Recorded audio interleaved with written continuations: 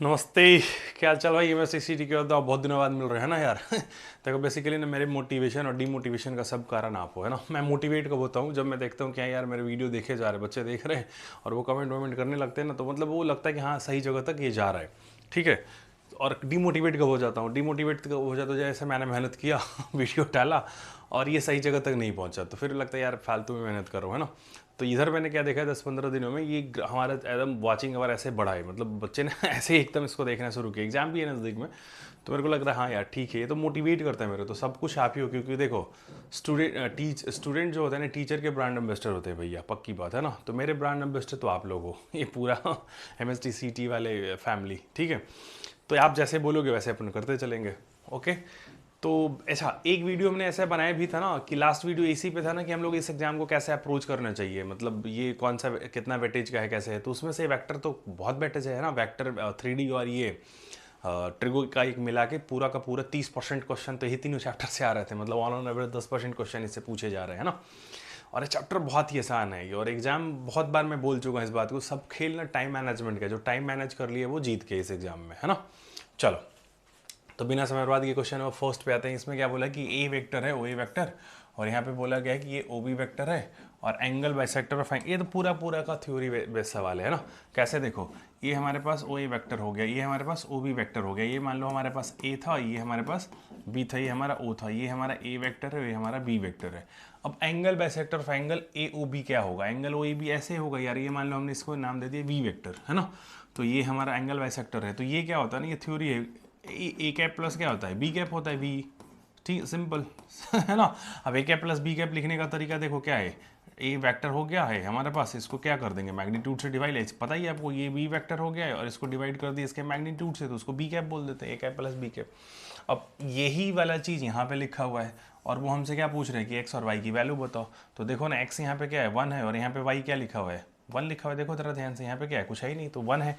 X और Y की value क्या हो गई है 1 हो गई है। तो पहला ऑप्शन तो ऐसे ही टिक लग गया, देख के ही लग रहा है कि एक्स वाई बराबर 1 हो गया, तो एक्स माइनस 1 बराबर क्या होगा 0 होगा। तो आगे करना ही नहीं गया। अच्छा, वो स्मार्टली क्या कर सकते हैं, अलग एग्जाम बना सकते थे। मान लो यहाँ पे ना x/2 होता और यहाँ पे होता y/3, तब x की वैल्यू क्या आ जाती है, जैसे हम आप करते तो क्या होता है x/2 बराबर मस्ट भी 1 होना चाहिए था, और यहाँ पे क्या होना चाहिए था y/3 बराबर क्या होना चाहिए था 1 होना चाहिए था। तो इसको सॉल्व करने के बाद क्या आ जाता है x बराबर 2 और यहाँ पे क्या आ जाता है y/3। तो वहाँ से कुछ ऑप्शन अलग बना देता वो, है ना। तो नेक्स्ट एग्जाम में हो सकता है कि 2025 है तो ऐसे पूछ ले ठीक है। चलो, B second question, the number of integral value of P this are linear dependent, मतलब 3 वेक्टर लीनियर डिपेंडेंट होते तो कैसे करते हो आप? याद करो, ये पूरा थ्योरी है ना, आपको ध्यान में ही होगा कि भाई A1 A2 A3 ऐसा मान लो, इसमें क्या लिखा है A1 I cap plus A2 J cap plus A3 की कैप, उसको शॉर्ट फॉर्म में हमने A1 A2 कंपोनेंट वाइज ऐसे लिख दिया है उसको, है ना, कोऑर्डिनेट के फॉर्म में लिख दिया, B1 B2 ऐसे कर दिया है। ABC अगर मान लो क्या होता है लीनियर डिपेंडेंट होते तो क्या करते हो, उसका डिटरमिनेंट बराबर क्या कर देते हो तुम, 0 के लिए सॉल्व कर देते हो, सिंपल सी बात है ना। तो यहाँ पे ए वेक्टर क्या है हमारे पास, ए वेक्टर ये है, ये वाला ए वेक्टर है, और ये हमारे पास ये वाला बी वेक्टर है, और ये हमारा सी वेक्टर है। तो इसको हम लोग ऐसे लिख लेते हैं, इसका भाई डिटरमिनेंट के फॉर्म में लिख लेते हैं, बहुत सुंदर सा। चलो, और इसको 0 के लिए सॉल्व कर देंगे यहीं पे। तो ये हमारे पास क्या हो चुका है p प्लस का 1, और ये हो चुका है माइनस का 3, यहाँ पे हो चुका है p, और ये बी वेक्टर क्या है, यहाँ हमारा p है, यहाँ हमारे पास p प्लस 1 है, और यहाँ पे माइनस का 3 है ना। और ये देखो माइनस का 3 और यहाँ पे p है, और यहाँ पे क्या है p प्लस 1 है। अब देख के गट फीलिंग आ रहा है, किसका सवाल है, वेक्टर का नहीं है, डिटरमिनेंट का सवाल है।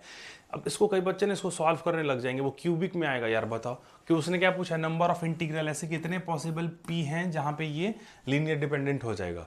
तो तुमको p में क्या बनेगा, क्यूबिक इक्वेशन बनेगा, देख के लग रहा है 3 डिग्री का, और कैलकुलेशन का तो एकदम माँ बहन कर देगा भाई, इतना ज़्यादा कैलकुलेशन कराएगा ये, है ना। तो स्मार्ट बच्चा यहीं पर टाइम बचाएगा। कैसे करेगा वो, इसको सोचेगा कि अच्छा डिटर्मिनेंट के फॉर्म में हम इसको प्रॉपर्टी ऑफ डिटर्मिनेंट लगा लेते हैं। क्यों? क्योंकि सारे एंट्री देखो एकदम सेम है, बस आगे ऊपर नीचे लिखा हुआ है। यहाँ p+1 है -3, तो यहाँ पे p+1 है, p है और -3 है, यहाँ पे -3 है, p और p+1 है ना। मतलब कुल मिला के 3 ही ऐसे डिफरेंट एलिमेंट्स लिखे हैं, बाकी सब ऊपर नीचे करके लिख दिया गया, ठीक है। तो गट फीलिंग आ रहा है यार, क्या करे कि ये ऑपरेशन लगाते, ये सब भी ना समय बचाएगा, वो दिमाग में लगाएगा, ये लिखेगा नहीं कॉपी में वहाँ पे कि R1 + R2 + R3 ऐसा लिखना है, नहीं लिखेगा वो, है ना। और फिर वो अलग से डिटरमिनेंट नहीं लिखेगा, वो यहीं पे कैलकुलेशन कर देगा कि सबको जोड़ा तो जोड़ने के क्या आ गया 2p माइनस का 2। तो ये सब तुरंत जोड़ा, इसको काटा और यहीं पे लिख दिया है 2p माइनस का 2। ये सब जोड़ा, यहाँ पे लिख दिया है 2p माइनस 2, समय बच रहा है उसका, और यहाँ पे भी लिख दिया 2p माइनस 2। क्या किया है, ये वाला ऑपरेशन लगाया है।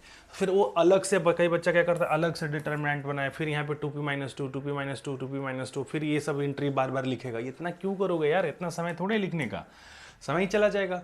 ये तो सब 90% ये बच्चा क्वेश्चन अटेम्प्ट करेगा, और जो जीत जाएगा वही जो बहुत जल्दी कर ले जाएगा, क्योंकि वो क्वेश्चन ही दिया फंसाने के लिए, बोला कि नहीं ये तो हम अच्छा सवाल है, इसको तो हम करेंगे ही करेंगे, और बच्चा का पूरा टाइम चला जाएगा लिखने में ही। समझ रहे हो? तो ये अलग से डिटरमिनेंट लिखना थोड़ी यहीं पे कर दो ना कैलकुलेशन। अब एक चीज़ और दिख रहा है मेरे को कि 2p माइनस 2 कॉमन दिख रहा है, तो हमने क्या कर दिया, 2p माइनस 2 को कॉमन ले लिया, तो यहाँ पे क्या लिख दूंगा मैं, 1 लिख दूंगा, यहाँ पे क्या लिख दूंगा 1। तो नया वाला जो डिटरमिनेंट बन गया वो 1 minus 3p, 1p plus 1 minus 3, 1p और p प्लस 2 बन गया, p प्लस 1 बन गया है ना। अब एक ऑपरेशन और दिख रहा है मेरे को, यहाँ पे तीनों सेम हो गया ना, तो इसमें से इसको क्या करता हूँ, कॉलम 1 को कॉलम 2 से घटा देता हूँ, कॉलम 3 से घटा देता हूँ, मतलब ये ऑपरेशन लगा रहा हूँ, c2 माइनस c1 कर दे रहा हूँ और c3 माइनस c1 कर रहा हूँ। ये सब दिमाग में करने का देखो क्या फायदा, 1 में से 1 गया तो यहाँ पे क्या हो गया है, लड्डू, और ये किया तो क्या हो गया है, p प्लस 1 था तो माइनस माइनस प्लस हो गया, तो यहाँ पे क्या आ गया p प्लस का 4, और इसको किया तो क्या आ गया मेरे भाई माइनस 3 माइनस का p। इसको और थोड़ा ठीक से लिख लो, तो यहाँ पे क्या कर देता हूँ, ऐसे लिख लेता हूँ, ब्रैकेट बंद कर दिया और यहाँ पे प्लस कर दिया, है ना, अच्छा खूबसूरत लग रहा है ये। ठीक है, अब क्या करता हूँ, इसको इसमें से घटाता हूँ, तो फिर 1 में से 1 गया तो यहाँ पे देखो क्या बन गया है, 0।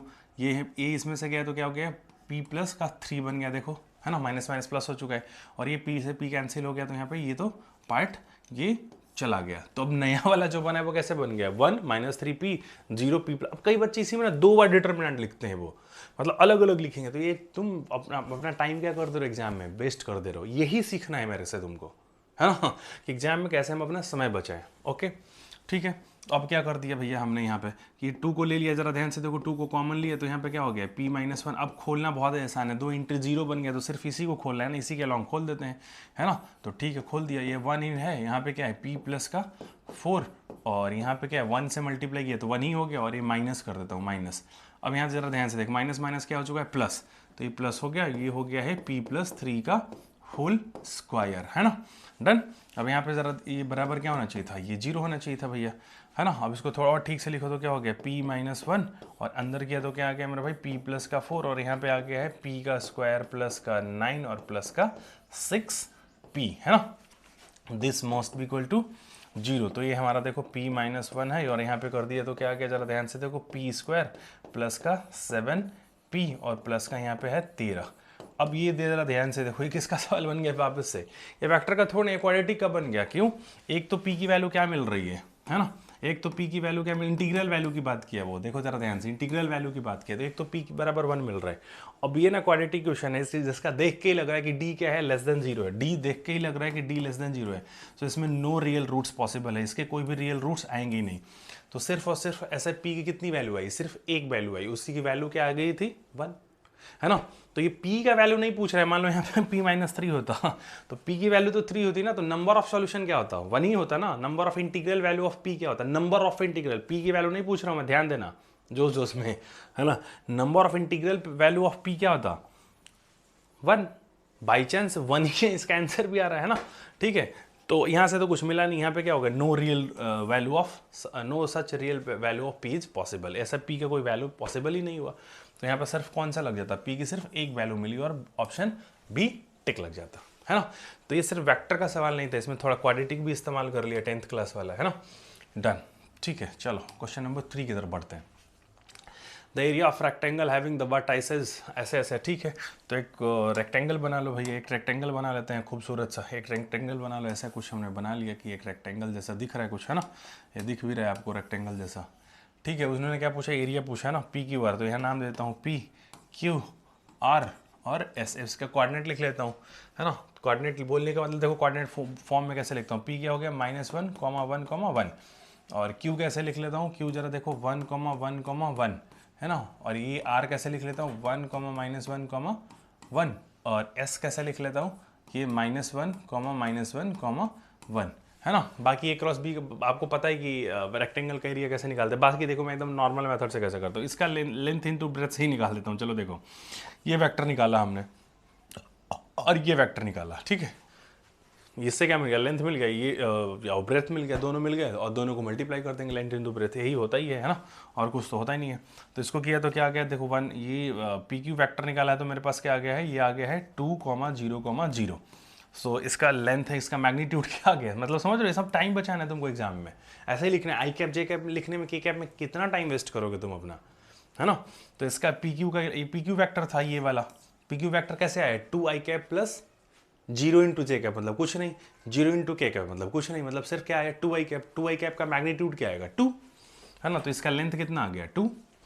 ऐसे ही आर क्यू वैक्टर निकाल दो, 1 में से 1 गया तो ये हो गया 0, ये हो गया 2 माइनस का 2, और ये 1 ऐसे किया तो क्या हो गया, ये हो गया लड्डू, है ना। ये क्या गया -2 जे कैप, ये तो इसका मैग्नीट्यूड भी कितना आ गया 2। अब लेंथ इंटू ब्रेथ कितना होता है, 2 इंटू 2 कितना हो गया 4। अब इतना आसान सा सवाल था, ये बता। अब ये कोई मतलब सवाल है, ये तो बच्चा बना देगा लेंथ इंटू ब्रेथ यार, है ना। क्वेश्चन नंबर 4 की तरफ बढ़ो। अब क्वेश्चन नंबर 4 में क्या कि सी वेक्टर बराबर 5a वेक्टर एंड ऐसे, है ना। तो पहला ऑप्शन तो ऐसे ही देखो, देख के लग रहा है कि ना नॉन कोलिनियर, कोलिनियर ही है ना, लीनियर कॉम्बिनेशन में लिखा तो है, ए बी सी के कॉम्बिनेशन में लिखा, लीनियर कॉम्बिनेशन में। तो पहला ऑप्शन तो मतलब आगे सॉल्व ही नहीं किया, ऐसे ही काट देंगे, है ना। पहला ऑप्शन भाई कोलिनियर है, लीनियर फॉर्म में लिखा तो है, मतलब इसमें सी को लिखा है ना ए और बी के फॉर्म में, तो लीनियर कॉम्बिनेशन तो है ही, है ना। तो अगर कोई c vector a B c vector को अगर लीनियर कॉम्बिनेशन में लिख रहे हो तो वो आपस में वेक्टर क्या होने चाहिए थे, कोलिनियर ही होने चाहिए। तो पहला आगे तो पढ़ा ही नहीं, ऐसे ही ऑप्शन कट गया बाकी। लेकिन हाँ, अब सेम डायरेक्शन में नहीं है तो भाई तुमको सॉल्व करना पड़ेगा। अब सॉल्व करने के लिए क्या करोगे, ये देखो ये हमारे पास सी वेक्टर और यहाँ से भी 3c वेक्टर है।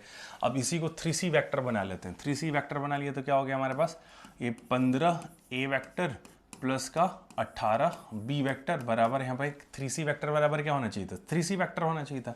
अब इसको क्या होना चाहिए था, एक वेक्टर माइनस का 4b वेक्टर के बराबर होना चाहिए था, क्योंकि हमने कुछ नहीं किया, इसमें क्या कर दिया 3 से मल्टीप्लाई कर दिया, 3 से कर दिया इसमें, तो ये 15 हो गया था और ये 18 हो गया था। अब ये 3c वेक्टर आपस में इक्वल तो होंगे भाई, इक्वल होंगे तो हमने ऐसे कर दिया है ना। अब इसको इधर ले आए तो क्या आ गया मेरे भाई 14a वेक्टर, और इसको उधर लेके चला गया है तो क्या आ गया माइनस का 22b वेक्टर। थोड़ा और ठीक से लिख दिया तो क्या हो गया, a वेक्टर बराबर माइनस का 11/7b वेक्टर। एक तो यहीं पे कंफर्म हो गया कि ए बी ना अलग अलग डायरेक्शन में, मतलब ए देखो ऐसा ही है, ए वेक्टर का डायरेक्शन इधर है तो बी वेक्टर का डायरेक्शन इधर है ना, माइनस लग गया आगे। ठीक है, एक बात, एक काम और कर लेते हैं, सी को भी ए के फॉर्म में या बी के फॉर्म में लिख लेते हैं। तो एक काम करते हैं, यहाँ पे देखो जरा ध्यान से, है ना। हमारे पास सी वेक्टर क्या दिया हुआ था, 5a vector plus 6b vector. A vector की वैल्यू उठा के इसमें रख दो, है ना। ए वेक्टर को उठा के तुमने रख दिया तो सी वेक्टर क्या आ रहा है तुम्हारे पास, जरा ध्यान से देखो, ये हो गया माइनस का 55/7b वेक्टर प्लस का 6b वेक्टर, है ना। ए वेक्टर की वैल्यू उठा के हम इसमें रख दिया है हमने, है ना। 42 यहाँ पे करोगे तो माइनस का 13/7 बी वेक्टर ऐसे आ रहा है ना। ये सी वेक्टर बी वेक्टर के फॉर्म में आ गया। ठीक है, अब जरा ध्यान से देखो, ए वेक्टर में हमने ऐसे मिला है हमने को, और सी वेक्टर हमको क्या मिला है, यहाँ मिला है। ठीक है, तो एक बात तो कन्फर्म है कि ए भी अपोजिट डायरेक्शन में और सी भी जो है ना अपोजिट डायरेक्शन में बी के। ठीक है, तो A B C are in the same direction, ये तो गलत हो गया। ठीक है, A and C are in the same direction, क्यों, देखो ये भी क्या है माइनस का बी वेक्टर जैसा समथिंग है, मैग्नीट्यूड छोड़ दो, डायरेक्शन इंपॉर्टेंट है ना, ये माइनस का बी जैसा है, ये भी माइनस का बी जैसा है ना। समझ रहे हो, अगर तुमको ऐसा कंफ्यूजन हो रहा है तो एक काम करो, बी को कैसे लिख सकते तो बी बराबर क्या लिख सकते थे, तुमको अगर लग रहा है कंफ्यूजन तो बी वेक्टर को कैसे लिख सकते थे, -7/11 ए वेक्टर, है ना। और यहाँ से कैसे लिख सकते थे तुम बी वेक्टर को, यहाँ से कैसे लिख सकते थे, जरा ध्यान से देखो, बी वेक्टर बराबर क्या लिख सकते थे कि -7/13 सी वेक्टर, ऐसे लिख सकते थे ना। अब ये दोनों बी वेक्टर बराबर सी, इनको सेम कर दो, इनको क्या कर दिया सेम कर दिया, तो माइनस माइनस कैंसिल हो गया, तो ए और सी किस में है, सेम ही डायरेक्शन में तो है ना। ए और सी वेक्टर इनको दोनों को क्या कर दिया, बराबर कर दिया है, तो माइनस माइनस कैंसिल ही हो गया था। तो ये क्या था, ए वेक्टर और सी वेक्टर क्या थे, सेम डायरेक्शन में, और बी वेक्टर क्या थे, अलग डायरेक्शन में। कौन सा ऑप्शन दिख रहा है, A and C are in the same direction but A and B vector in the opposite direction. ठीक है, तो कंफर्म हो गया, इतना आसान सा सवाल था। डी ऑप्शन भी गलत ही होगा, है ना, क्यों, क्योंकि c and B are in the opposite direction बोल रहे थे ना वो। तो ये बात तो ठीक है, c and B are the opposite direction, ये पहला स्टेटमेंट सही है, and a and B are in the same direction, है ना। तो ये तो गलत है ना, ये ऑप्शन तो गलत है ना, ये वाला लाइन तो गलत है ना, A and B are in the same direction, ये तो गलत है ना। ठीक है, डन। ये ऐसा इतना आसान सा सवाल पूछते हैं यार वो। अभी क्या है 5, the projection of a line joining the segment. ये तो ठीक है, प्रोजेक्शन है, ये डॉट बी कैप, ठीक है। मतलब ऐसे कैसे तुम याद करते थे, यही करते थे ना कि जैसे मान लो कि ये याद अगर नहीं है तो मैं इसको ट्राई भी कर दूंगा, मेरे को बताना कि नहीं सर समझ में आया, है ना। ए वेक्टर है मान लो हमारा, हमने बी वेक्टर पे इसका क्या ले लिया, प्रोजेक्शन ले लिया है। बी वेक्टर पे क्या ले लिया, प्रोजेक्शन। प्रोजेक्शन लेने का मतलब है उसका लेंथ बी वेक्टर पे कितना आएगा, तो मतलब हमारा इंटरेस्ट कितना होता है, ये लेंथ फाइंड करने में होता है बस। तो ये लेंथ कैसे आता है, ये लेंथ आता है ए डॉट बी कैप, है ना, याद क्यों करो, है ना। जिस पे प्रोजेक्शन लेता है उसका उसका डॉट प्रोडक्ट लेके उसका बी कैप कर देना होता है। ये कहाँ से आया, अगर ये नहीं समझ में आता है तब मेरे को कमेंट करना, मैं इसका एक्सप्लेनेशन कर दूंगा, है ना, कि इसको कैसे करना है। बाकी याद, ये तो याद ही रखने में फ़ायदा है ना, ये डॉट बी कैप ही होता है, ये तो पता है, एकदम बेसिक चीज़ है ये, है ना, कि ए वेक्टर का अगर हमने बी वेक्टर पे क्या ले लिया, प्रोजेक्शन ले लिया, तो क्या होगा, ए डॉट बी कैप, ठीक है, ध्यान रखना। तो ये projection of a line segment joining the this ऐसे है। तो मान लिया कि ये वाला जो लाइन सेगमेंट था ना, ये था यहाँ पे 2,1,-3, और ये हमारे पास बी पॉइंट है, मान ले कुछ भी, ये है -1,0,2, ठीक है। और ये वाला वेक्टर का ना डायरेक्शन दिया हुआ है उसने 3,2,6 दिया हुआ है, बी वेक्टर का, ऐसे मान ले, है ना। तो ए वेक्टर क्या आएगा मेरा भाई, ए वेक्टर क्या आएगा, जरा ध्यान से देख, एक माइनस माइनस किया तो यहाँ पे क्या आ चुका है, -3, और 1 में से किया तो -1, और यहाँ पे कर दिया तो क्या आ गया है, 2 माइनस माइनस प्लस कर दिया तो यहाँ पे आ गया है 5। ये वेक्टर आ गया है ए वेक्टर। अब इसका डॉट प्रोडक्ट किस पे ले लेना है, बी वेक्टर पे, और उसके मैग्नीट्यूड से क्या कर देना है, डिवाइड कर देना है, यही खत्म हो गया क्वेश्चन, क्वेश्चन ही खत्म हो गया यार, है ना। तो इसका मैग्नीट्यूड निकाल लेते हैं ना, बी वेक्टर का मैग्नीट्यूड निकाल लेते हैं पहले। तो क्या आ गया है, √3 किया तो क्या हो गया, सॉरी 3 का स्क्वायर किया तो 9, और 2 का स्क्वायर किया तो क्या आ गया 4, और 6 किया तो क्या हो गया 36, तो यहाँ से क्या आ गया 7, ठीक है। तो बी वेक्टर का मैग्नीट्यूड क्या आ गया, बी वेक्टर का मैग्नीट्यूड क्या आ गया 7 है। क्यों निकाल रहे हैं, क्योंकि ए डॉट बी कैप निकालना है। तो ए डॉट बी कैप का मतलब क्या हो गया, इसी को ध्यान से देखो, a vector dot B vector divided magnitude of b vector. B cap को हम कैसे लिख सकते थे यार, बी कैप को लिख सकते थे बी वेक्टर डिवाइडेड बाई, है ना, बी कैप मतलब क्या होता है, यूनिट वेक्टर। यूनिट वेक्टर का मतलब क्या होता है, जो वेक्टर उसके मैग्नीट्यूड से क्या कर देंगे, डिवाइड लगा देंगे, तो वो यूनिट वेक्टर बन जाएगा, है ना। यही सीखे है ना, ठीक है डन। अब ए डॉट बी निकाल लो, ए हमारा ये रहा और बी हमारा ये रहा। ए डॉट बी करोगे तो क्या होगा, -3 × 3 करोगे तो आ जाएगा मेरे हिसाब से -9, है ना, -9, और ये हो गया 2 - 2 किया तो क्या आ गया -2, और ये 6 और 30 किया तो क्या आ गया मेरे भाई, ये हो गया 30 डिवाइडेड बाई बी वेक्टर का मैग्नीट्यूड क्या था 7। तो यहाँ से क्या आ गया 11, और 30 तो क्या आ रहा है यार 19 आ रहा है ना, हाँ 19/7 इज द करेक्ट आंसर, है ना। कैलकुलेशन कर लेना, है ना, कुछ है ही नहीं इसमें, ठीक है। इतना आसान सा सवाल था, ए डॉट बी कैप, ठीक है। क्वेश्चन नंबर 6, चलो तो इसमें क्या दिया कि मैग्नीट्यूड ऑफ ए वेक्टर, ये ना टफ सवाल है यार, बहुत टफ, मतलब इसको तो मैं टफेस्ट सवाल पे काउंट करूँगा, बहुत बच्चों से मिस हुआ होगा, लेकिन ठीक है, इसमें अगर एक बार सीख लोगे ना तो बहुत हेल्प मिलेगा। इसमें थोड़ा सा थ्योरी सिखाता हूँ आपको, ये थोड़ा सा थ्योरी कैसे सिखाता हूँ, देखो कि ये चीज़ तो आप जानते हो ना, कि अगर मान लो आपको ऐसे लिखा हुआ है कि ये मैग्नीट्यूड ऑफ ए का स्क्वायर लिखा हुआ है, तो इसको आप क्या समझोगे कि ए डॉट ए लिखा हुआ है, कंफर्म है। तो आप ऐसा ही क्या समझो कि अगर आपको magnitude of A plus B का ऐसे लिखा कि ऐसे लिखा कि ए प्लस बी वेक्टर का मैग्नीट्यूड का स्क्वायर लिखा हुआ है, तो तुम क्या समझोगे, एक तरह से समझो कि सी वेक्टर है तो सी डॉट सी लिखना है तुमको, तो सी की जगह पे क्या लिख देंगे भाई, सी की जगह पे क्या है ए प्लस बी वेक्टर डॉट, है ना, ए प्लस बी वेक्टर, खत्म। अब इसको तुम थोड़ा ना घर में कैलकुलेशन करना, दोनों का डॉट प्रोडक्ट लेना, तो ये ऐसे मिलेगा, है ना, मैग्नीट्यूड ऑफ ए आप पे ऊपर छोड़ो एक्स स्क्वायर ए स्क्वायर, यहाँ मैग्नीट्यूड ऑफ बी स्क्वायर, और यहाँ पे आ जाएगा प्लस का 2a डॉट बी। आपके ऊपर होमवर्क छोड़ा है मैंने कि कैसे लिखा है मैंने, बस मेरा क्लिक ये था कि इसको ना कई बच्चे मिस करते हैं, जो स्मार्ट है वो नहीं, जो बेचारे थोड़ा सा उनको लगता है सोचने में, उनको वो ये चीज़ मिस कर जाते हैं, है ना। अगर मान लो अगर ऐसे लिखा हुआ होता कि A dot minus B vector का मैग्नीट्यूड है, तो इसको तुम कैसे सोचोगे, इसको सोचना ऐसे कि ए माइनस बी वेक्टर का dot A minus B vector का डॉट। अब इन सब को सॉल्व करोगे ना तो ये ऐसे आएगा कि मैग्नीट्यूड ऑफ ए का square plus magnitude of B का स्क्वायर माइनस का 2a डॉट बी, ठीक है। अच्छा तो अब चीज़ और एक्सप्लेन कर देता हूँ कि ये प्लस बी वेक्टर प्लस सी वेक्टर का मैग्नीट्यूड अगर मान लो स्क्वायर लिखा हुआ है तो कैसे समझोगे कि ये प्लस बी वेक्टर प्लस सी वेक्टर का डॉट ए vector plus B vector plus सी वेक्टर का डॉट लिखा हुआ है।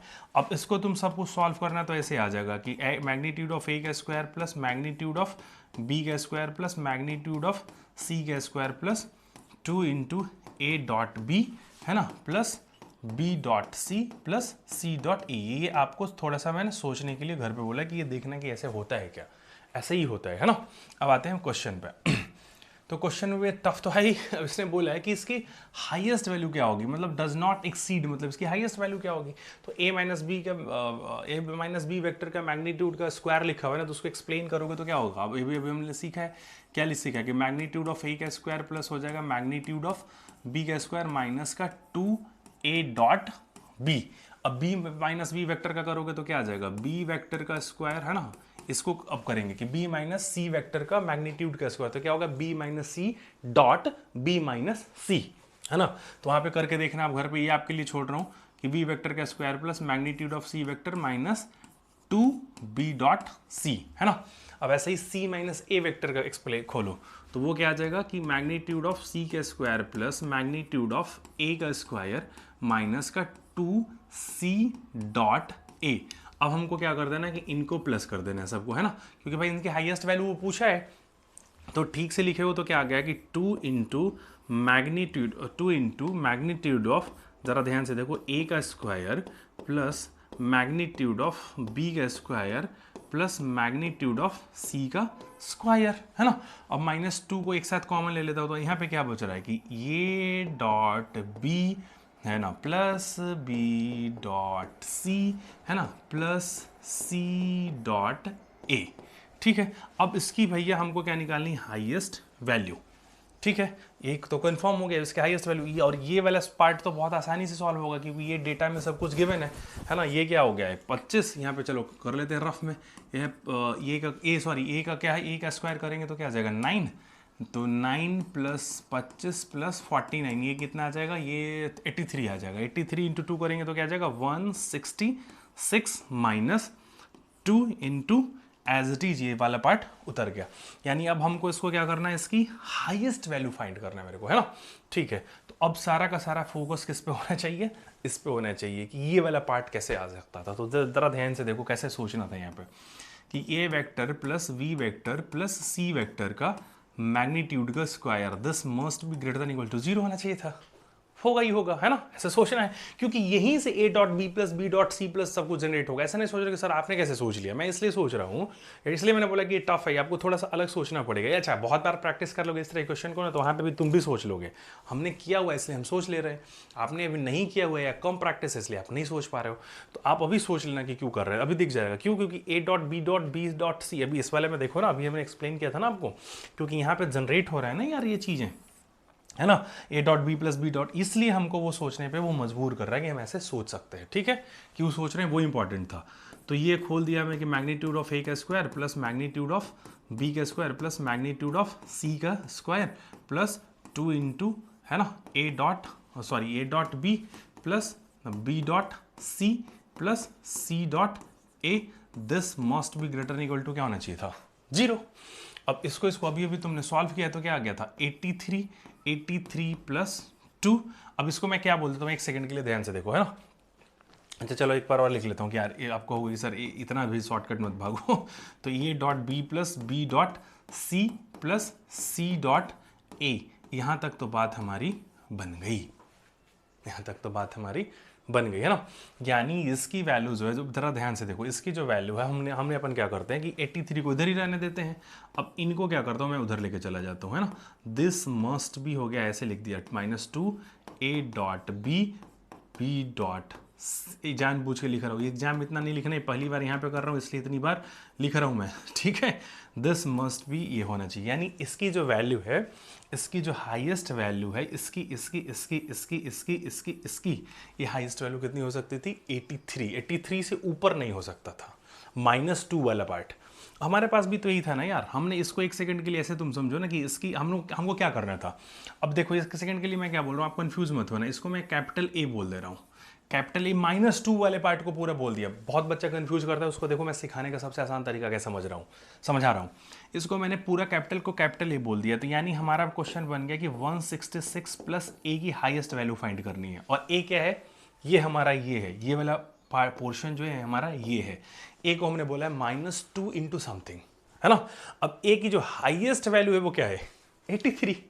समझ गया ना कितनी आसानी से, ए की हाईएस्ट वैल्यू क्या है 83। तो भैया हमने क्या बोल दिया कि एक 66 प्लस 83 है ना, तो यानी इसकी हाईएस्ट वैल्यू जो है क्या हो सकती थी, 249 से ऊपर नहीं हो सकता है ना। एक कांट एक्सीड 249, इसके हाईएस्ट वैल्यू 249 हो सकता था, उससे ऊपर नहीं जा सकता था, है ना। डज नॉट एक्सिस्ट 249, ठीक है। तो ये बहुत ही बेहतरीन सवाल, इसको मैं बोल सकता हूँ बहुत ही बेहतरीन सवाल, ठीक है। डन। नेक्स्ट क्वेश्चन, इसको थोड़ा सा पाउज वाउज करके देख लेना आप, है ना। 7, तो if A vector and B vector are the unit vector and theta is the angle between them, then A plus B vector is a unit vector, ठीक है। तो एक काम कर रहे थे यार, कुछ है ही नहीं, ये देखो अभी अभी एक्सप्लेन किया है कि ये जो बोल रहे हैं ना कि ये यूनिट वेक्टर है, यानी इसका मैग्नीट्यूड क्या है, 1 है। इसका मैग्नीट्यूड क्या है, 1 है। और भी इंफॉर्मेशन है हमारे पास कि ये भी जो है ना यूनिट वेक्टर है, ठीक है। और ये भी भैया यूनिट वेक्टर थे। अब हमको थीटा पूछा है कि देन थीटा क्या था, थीटा इज एंगल बिटवीन दे, मतलब ए और बी के बीच का एंगल था। तो देखो कैसे जनरेट कर सकते थे अपन। अब इसको क्या करते हैं, स्क्वायरिंग ऑन बोथ साइड कर दिया। क्यों स्क्वायरिंग ऑन बोथ साइड करने का, देखो क्या लाभ हो गया, क्योंकि इसको हम लिख सकते हैं कि ए प्लस बी डॉट ए वेक्टर प्लस वी वेक्टर का डॉट, है ना, ये 1 है। अब इसको थोड़ा अभी सीखा है हमने कि मैग्नीट्यूड ऑफ ए का square plus magnitude of B का स्क्वायर प्लस 2 इंटू ए डॉट बी बराबर ये है 1। ये कितना है वैल्यू, 1 + 1, क्योंकि यूनिट वेक्टर है, यूनिट वेक्टर ए और बी क्या थे, यूनिट वेक्टर थे, तो ये 1 + 1 कितना हो गया 2, 2 उधर गया तो क्या हो गया है -1। यानी मैं सीधा लिखूँ तो क्या लिख देता हूँ कि ये डॉट बी, यह 2, चलो -1, यानी यहाँ से क्या आ गया, ये डॉट बी बराबर क्या आ रहा है -1/2, है ना। अब इसको थोड़ा सा फिर से एक्सप्लेन करो, खोल लो। तो मैग्नीट्यूड इतना एग्जाम में मत करना, ये तो आपको पहली बार कर रहा हूँ ना, है ना। मेरे को लग रहा है कई बच्चे पहली बार कर रहे हैं, इसलिए मैं इनको एक्सप्लेन कर रहा हूँ इतना। अब ए मैग्नीट इसका क्या है, 1 है मैग्नीट्यूड, इसका भी 1 है, यानी कॉस थीटा की वैल्यू क्या आ गई है हमारे पास, कॉस थीटा की वैल्यू क्या आ गई, -1/2। अब ये क्या होगा, अब ये तुमको पता ही है, तो ट्रिगो का सवाल बन गया, तो कॉस पाई -π/3, है ना। ये क्या हो गया, -1/2 होगा, है ना, ठीक है। डन। तो यहाँ से ठीक है, ये सॉरी ये क्या लिख दिया मैंने, ये तो आप सीधा ही मैं चाहता तो लिख देता यार, कुछ ज़्यादा भगा दिया मैंने आपको, कोई बात नहीं। अब ये समझो कि -1/2 किसकी वैल्यू आ सकती थी, -1/2 किसकी आती भैया, तो कॉस पाई -π/3 पे, है ना। तो यानी थीटा की वैल्यू क्या आ गई है, पाई -π/3, यानी इसकी वैल्यू क्या आ गई 2π/3। So b is the correct option, खत्म। तो ट्रिगो का सवाल बन गया था यहाँ पे कि थीटा की वैल्यू क्या आती। ये यार ये तो ट्रिग्नोमेट्री में आपको नहीं पता है तो फिर इशू है, इतना आसान सा सवाल था, है ना। ये आसान था। Question number 6 is the best question अभी तक मेरे को मिला है। अब ये है triangle usual notation then the projection of, ठीक है भैया। अभी इनको एक ट्रायंगल पहले बनाओ, तुम एक ट्रायंगल बनाओ, अच्छा सा कुछ बना लिया तुमने, ठीक है। अब ट्रायंगल बना लिया, नाम दे देता हूँ। प्रोजेक्शन किस पे लेना है, ए बी का लेना है ए सी पे, ठीक है। तो ये हमने ए बोला है और ए बी बोल दिया और ये हमने सी बोल दिया, ठीक है। अब ए बी का प्रोजेक्शन किस पे लेना है, सी पे लेना है। तो कन्फर्म ये मान लो ये भी वेक्टर है, ये हमारा ए सी वेक्टर है। तो ए बी वेक्टर का प्रोजेक्शन किस पे लेना है, ए सी वेक्टर पे। तो क्या हो जाएगा, ये फाइनली हमको फाइंड करना है। फाइनली हमको क्या फाइंड करना है कि ए बी डॉट जिस पे लेना है उसका कैप, ए सी का है ना, यही सीखा है ना कि ए वेक्टर का प्रोजेक्शन लेना है बी वेक्टर पे, तो ए डॉट बी कैप हमको क्या लेना है, projection of A B on किस पे, ए सी पे। तो क्या हो जाएगा, A B vector dot A C cap. अब हमारा टारगेट क्या रहेगा कि ये टारगेट रहेगा दिमाग में, ये इसके हिसाब से हम कैलकुलेशन करेंगे। Dot A c vector upon magnitude of A c, ये हमारा टारगेट है फाइंड करना। अब असली समस्या क्या है, जरा ध्यान से देखो। ए बी डॉट ए सी करोगे ना सॉल्व, तो ऊपर से क्या कि magnitude of A B into magnitude of A C vector, है ना, इंटू कॉस थीटा। और थीटा क्या है, ए बी वैक्टर और ए सी बीच के एंगल, यानी ए बी वैक्टर और ए सी बीच के एंगल ये थीटा अब तो साला थीटा तो कुछ है ही नहीं। अब तो यहाँ से एक चीज़ पता चल रहा है यार ना, ये ट्रायंगल का सबको देखो क्या दे दिया हुआ, BC दिया हुआ है। जैसे BC का ये जो लेंथ है ना, ये जो लेंथ, अच्छा एक याद कराता हूँ कोसाइन फार्मूला। देखो कितना आसान सा कोसाइन वाला फार्मूला याद करो, कोसाइन एंगल, एंगल कोसाइन याद किया ना, साइन कोसाइन एंगल वाला फार्मूला। देखो कैसे, इसको मैं स्मॉल a बोलता हूँ, तो स्मॉल a की वैल्यू क्या है, तो क्या थी, BC वेक्टर का लेंथ कितना था, 8 था, है ना। BC वेक्टर का लेंथ कितना है या मैग्नीट्यूड कितना है, 8 है, ठीक है। इसको मैं बोलता हूँ स्मॉल b, ठीक है। अब याद रहो कोसाइन एंगल आपके दिमाग में घूम रहा होगा। तो ये AC की वैल्यू क्या थी, 7 थी। ये वेक्टर का सिर्फ सवाल नहीं है, कोसाइन वाला फॉर्मूला है। क्यों ऐसे मजबूर कर रहा है, क्योंकि यार अच्छा divided by magnitude of AC भी है, ये ध्यान रखो, है ना, मैग्नीट्यूड ऑफ AC भी है। तो AC से AC क्या हो गया है, कैंसिल। AC से AC क्या हो गया, कैंसिल। यानी मैग्नीट्यूड ऑफ AB वेक्टर क्या था, 10, है ना, 10 इंटू कॉस थीटा। असली चैलेंज क्या है हमारा, कॉस थीटा की वैल्यू फाइंड करना। असली चैलेंज हमारा क्या है, कॉस थीटा की वैल्यू फाइंड करना, यानी ये फाइंड करना। अब ये वेक्टर का सवाल नहीं है, मैं बोल रहा हूँ, ये वेक्टर का सवाल है ही नहीं, ये तो ट्रायंगल का सवाल है, कोसाइन एंगल वाला सवाल है। दिखाता हूँ कैसे। तो ये स्मॉल c की वैल्यू क्या थी बेटा, स्मॉल c बोलने का मतलब AB का लेंथ, ये था हमारा पास 10। अब ये थीटा को ना ये समझो कि एंगल A था, एंगल A है ना, तो कॉस A बराबर क्या होता था, याद करो, कॉस A बराबर कैसे लिखते थे, इसमें कैसे लिखते थे, याद करो कैसे लिखते थे, कि ये B का स्क्वायर प्लस C का स्क्वायर माइनस का A का स्क्वायर अपॉन 2 इंटू, ऐसे लिखते थे ना, B, है ना, 2 इंटू BC, यही था ना फॉर्मूला यार, ठीक है। अब ध्यान करते हैं, अब B का स्क्वायर बराबर हमारे पास क्या था, 49, है ना, 49 प्लस C का स्क्वायर किया तो क्या आ गया, 100, है ना, और A का स्क्वायर किया तो क्या गया, माइनस का 64 डिवाइडेड 2 इंटू BC किया तो क्या आ गया, B और C यानी 140, यानी क्या आ गया 140। अब कॉस A क्या है, कॉस A यही तो है ना, कॉस थीटा ही तो है ना, हमने थीटा को यहाँ पे क्या बोल दिया, A बोल दिया है, ठीक है। ये तो यानी कॉस थीटा की वैल्यू है। अब ये फॉर्मूला किसका था, ये कोसाइन एंगल वाला फॉर्मूला था, यानी ट्रायंगल का लग रहा था, यानी ठीक है, ट्रिगो लग रहा है थोड़ा सा, ऐसे बोल सकते हो आप। सॉल्यूशन ऑफ ट्रायंगल करके एक चैप्टर होता था, कि आपके सिलेबस में पता है ऐसा नहीं है ना, तो आप कोसाइन फॉर्मूला बोलो, ट्रिगो में होगा आपके लिए। तो एक ट्रिगो वाला फॉर्मूला लग गया, वहाँ से हमको क्या मिल गया, कॉस थीटा की वैल्यू मिल गई। अब क्या मिलती है देखते हैं। तो ये 100 100 ये हो गया है भैया 149, ये ऐसे कर लो ना यार, मैंने कुछ इतना कैलकुलेशन क्या करोगे, ये हो 36 36 36 और 49 49 और 36 क्या आ रहा है, 15 यानी 85, या क्या वैल्यू क्या आ गई, 85/140, ठीक है। अब हमारा वैल्यू क्या था कि 10 इंटू 85/140, 0 से 0 कैंसिल, तो 85/14 is the correct answer.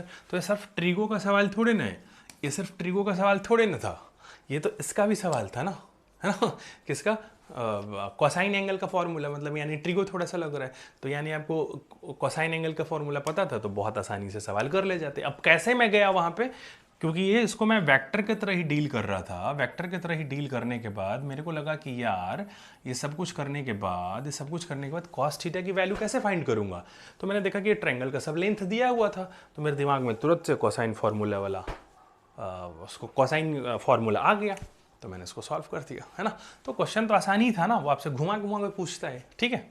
Next question में क्या है, the projection of A vector और बी प्लस सी वेक्टर, जैसे जैसे बोल रहे हैं वैसे वैसे सोचो, इस पे प्रोजेक्शन लेना है और बी प्लस सी वेक्टर का ए पे लेना है ना।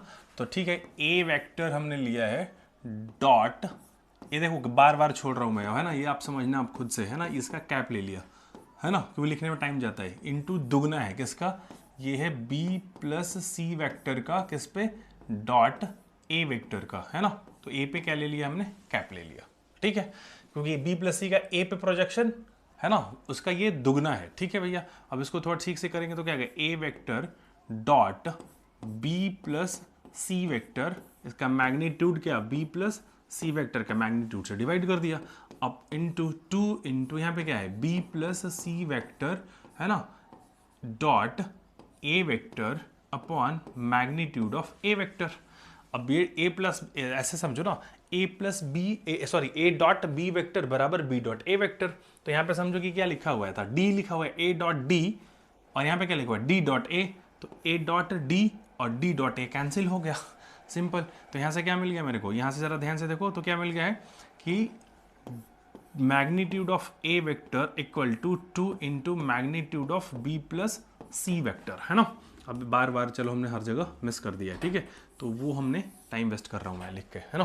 तो ये हमारे पास इंफॉर्मेशन आएगा, यानी हमने इस वाले पार्ट को पूरा डिकोड कर लिया है मैथमेटिकली, ये मीनिंग है, ठीक है। अब बी वेक्टर और एंगल क्या दिया हुआ, बी और सी के बारे में इंफॉर्मेशन दे रहे हैं वो।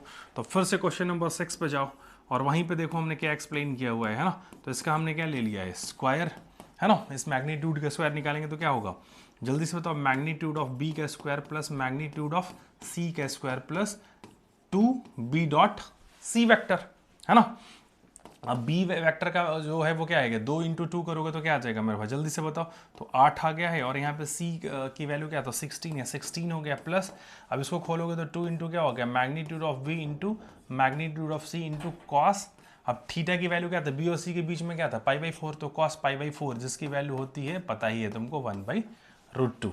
अब जरा ध्यान से देखो, एक बार फिर से कर लेते हैं। ये हो गया हमारे पास 24 प्लस 2 इंटू मैग्नीट्यूड ऑफ ए किया तो 2√2, यानी 2√2 इंटू मैग्नीट्यूड ऑफ सी क्या था मेरा भाई 4, और यहाँ से क्या था 1/√2 √2 से √2 कैंसिल, 4 8 8 और 16 में 24 किया तो क्या आ गया है हमारे पास 40, यानी b प्लस सी वैक्टर का जो मैग्नीट्यूड है ये क्या आ गया है रूट का 40, है ना। ये b प्लस सी वैक्टर का जो मैग्नीट्यूड था ये क्या था 40, तो अंडर रूट ये स्क्वायर था ना, तो हमने अंडर रूट ले लिया, तो अंडर रूट लेने पे क्या हो गया √40। अब यहाँ से 4 बाहर निकाल दिया तो यानी 2, यानी 4√10, है ना। सो मैग्नीट्यूड ऑफ ए क्या आ गया है 4√10। सो 9 का c is the correct option. Question number 10 की तरफ बढ़ो। 10 में तो बड़ा एकदम तुम लग रहा क्या कर दिया इसने, सारा ऑप्शन देखो a प्लस वी वेक्टर और a माइनस वी वेक्टर में दिया हुआ है ना, तो तुमको ऐसे ही सोचना पड़ेगा। और इन्फॉर्मेशन बस क्या है कि ये दिया हुआ है और साला tan θ/2 की वैल्यू पूछ रहा है, यानी ये सवाल ट्रिगो का बन रहा है। वेक्टर तो है ही, ट्रिगो यूज हो रहा है, ट्रिग्नोमेट्री भी यूज हो रहा है ना, ट्रिग्नोमेट्री का फॉर्मूला यूज हो रहा है और कुछ नहीं हो रहा है। थीटा क्या था, angle between A and B था। तो भाई सब कुछ ऑप्शन क्यों ऐसे मेरे, आप सोचोगे सर आप ऐसे तुरंत कैसे सोच, भाई सारा ऑप्शन ही ए वेक्टर माइनस ए माइनस बी वेक्टर में है या तो ए प्लस बी वेक्टर में है। तो हमने ऐसे सोच लेते हैं ना कि vector A plus vector B का एक बार निकालने का प्रयास करते हैं कि इसका मैग्नीट्यूड क्या था। तो स्क्वायर के अलावा और कोई इसके अलावा और कोई तरीका नहीं है। सब देखो क्वेश्चन नंबर 6 में एक्सप्लेनेशन था कि क्यों ऐसा करते हैं, ताकि हम इसको ऐसे लिख पाए कि मैग्नीट्यूड ऑफ ए का square plus magnitude of B का square plus 2 a dot b था ना, तो magnitude of A into magnitude of b cos theta, ठीक है।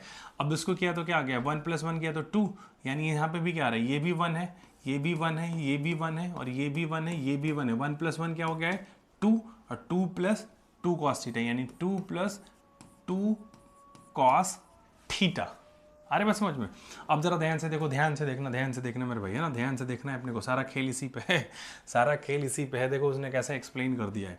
तो हमने 2 को ले लिया है कॉमन, यानी 1 + कॉस थीटा, ठीक है।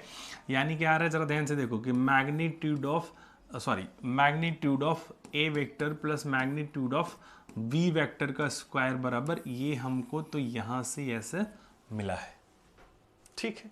अब ऐसा ही हम लोगों ने करेंगे ना, तो ए वेक्टर माइनस बी वेक्टर का स्क्वायर जैसे निकालोगे, इसका मैग्नीट्यूड का स्क्वायर निकालोगे तो तुमको यहाँ से मिल जाएगा 2 इंटू यहाँ पे हो जाएगा कुछ नहीं माइनस, यहाँ पे माइनस हो जाएगा तो क्या हो जाएगा 1 - कॉस थीटा, ठीक है। अब सब कुछ खेल किसका है, ट्रिगो का। अब सब खेल किसका है कि 1 + कॉस थीटा, फॉर्मूला याद करो ना, कौन सा वाला, मान लो नहीं याद है किसी को, कई बच्चों को नहीं याद होता है, तो cos square theta minus sine square theta बराबर क्या होता है कॉस 2 थीटा, है ना। यही याद रखते हो ना आप, यहीं से तो सारा कुछ खेल होता है, ये हमें याद रखो। कई बच्चे भूल जाते हैं बेचारे तो वो उनको ये याद, मैं बोलता हूँ कि आप सिर्फ ये याद रखो, ये याद रखोगे तो सारा सिस्टम अपने आप होगा। अब साइन को मान लो 1 - कॉस स्क्वायर लिख दिया, तो यहाँ से क्या हो गया है कि 2 कॉस स्क्वायर थीटा - 1 बराबर कॉस का 2 थीटा। ही मैं जानबूझ के एक्सप्लेन कर दूँ थोड़ा सा ट्रिगो वाला पार्ट। तो यहाँ से करोगे तो क्या आ जाएगा तुम्हारे लिए 2 कॉस स्क्वायर, ये याद रखना बस, है ना, ये वाला हमेशा याद रखना है कि cos square theta minus sine square theta बराबर क्या हो गया है कॉस 2 थीटा। और कॉस 2 ये बहुत आसानी से याद रख सकते हो। कॉस 2 क्या है कॉस थीटा प्लस थीटा, तो कॉस a + b क्या होता है cos square a + cos square b minus sine square a into sine square b, है ना। तो वहाँ से तुम इसको तुरंत याद रखोगे। अब बाकी क्या है, यही दो फार्मूला है एंगल में, इसमें याद रखना। तो साइन को एक बार ना कॉस से रिप्लेस कर देना, कॉस को एक बार साइन से रिप्लेस कर देना, काम खत्म हो जाएगा तुम्हारा। तो यहाँ पे करोगे तो क्या हो जाएगा, 1 प्लस कॉस का 2 थीटा। ठीक है, अब हमको तो भैया कॉस थीटा में चाहिए यार, तो एंगल यहाँ पे दुगना है तो यहाँ पे एंगल आधा है, तो अपन क्या कर देते हैं, इसी फॉर्मूले को यूज करते हैं। तो यहाँ से क्या हो गया कि 1 प्लस कॉस थीटा बराबर मेरे लिए क्या हो जाएगा, 2 कॉस स्क्वायर, है ना, थीटा बाई 2। खत्म हो गया कहानी। तो इसको हमने कैसे लिख लेना है, जरा ध्यान से देखो कि magnitude of A plus B का जो था हमारे पास होल स्क्वायर, ये आ गया है 2 इंटू, ये हमारे पास आ गया है 2 कॉस स्क्वायर थीटा बाई 2। खत्म बात, है ना। ऐसा ही जब इसको एक्सप्लेन करोगे, 1 माइनस कॉस थीटा क्या हो जाता है, 1 माइनस, इसको क्या कर दोगे, अब इसको किससे रिप्लेस कर दोगे, साइन से कर दोगे रिप्लेस, है ना। इसको किससे रिप्लेस कर दोगे, साइन से। ये मैं पूरा ट्रिक वही जानबूझ के मैं भगा सकता था, लेकिन मैं भगा नहीं रहा हूँ। तो 1 माइनस क्या हो गया था हमारे पास, 2 साइन स्क्वायर थीटा बराबर क्या हो जाता, कॉस 2 थीटा। ठीक है, अब वहाँ से थोड़ा सा रिप्लेसमेंट करते तुमको तो क्या दिख जाता कि 1 माइनस कॉस 2 थीटा बराबर क्या है हमारे लिए, 2 साइन स्क्वायर थीटा। ठीक है, एक्सप्लेन हो गया, है ना। अब हमको तो क्या चाहिए, 1 माइनस कॉस थीटा चाहिए ना, तो 1 माइनस कॉस थीटा बराबर क्या होना चाहिए था formula, 2 sine square theta by 2। ये पूरा ट्रिक यूज हो रहा है ना। तो यानी यहाँ से क्या आ गया है कि ये माइनस बी का जो मैग्नीट्यूड है ये है 2 into 2 sine square theta by 2। ठीक है, अब यहाँ से हमको tan जैसा फीलिंग आ रहा है, इसको बोला इक्वेशन 1 और इसको इक्वेशन बोला 2।